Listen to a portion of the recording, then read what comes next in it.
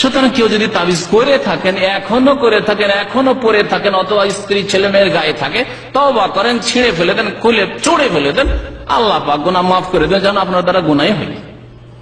আল্লাহ পাক এখনো রাস্তা তওবার খুলে রেখেছেন। কিন্তু মত যদি চলে আসে, তাবিজ গায়ে আছে আর মত চলে আসলো, নবী সাল্লাল্লাহু আলাইহি ওয়াসাল্লামের হাদিস শুনেন, ফাইন মুত্তা ওয়া হিয়া আলাইকা, তুমি যদি এই অবস্থায় মরে যাও যে তোমার গায়ে তাবিজ আছে, তোমার বিবির গায়ে তাবিজ, তোমার ছেলে মেয়ের গায়ে তাবিজ, তোমার আম বাগানের তাবিজ, লিচুর গাছের তাবিজ, কাঁঠাল গাছের তাবিজ, ওই অবস্থায় যদি মরে যাও, মা আফলাহতা আবাদা, কোনদিন তুমি রেহাই পাবে না, মুক্তি পাবে না।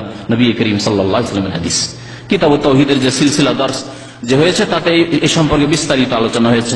আরো ইনশাআল্লাহ তাআলা তাবিজ সম্পর্কে আগামীতে আলোচনা করা যাবে। এতটুকু যথেষ্ট যে কোনো ভাইয়ের কাছে তাবিজ যদি থাকে আল্লাহর হস্তে শিরক থেকে মুক্ত হওয়ার জন্য, আর এই রাত্রে যদি হাদিস সহিহ হয় মাফ নেওয়ার জন্য, আর যে কোনো সময়, শুধু এই রাত্রেই কেন, শিরক মুক্ত কোনো মানুষ থাকলে আল্লাহ অবশ্যই তাকে জান্নাত দেবেন ইনশাআল্লাহ।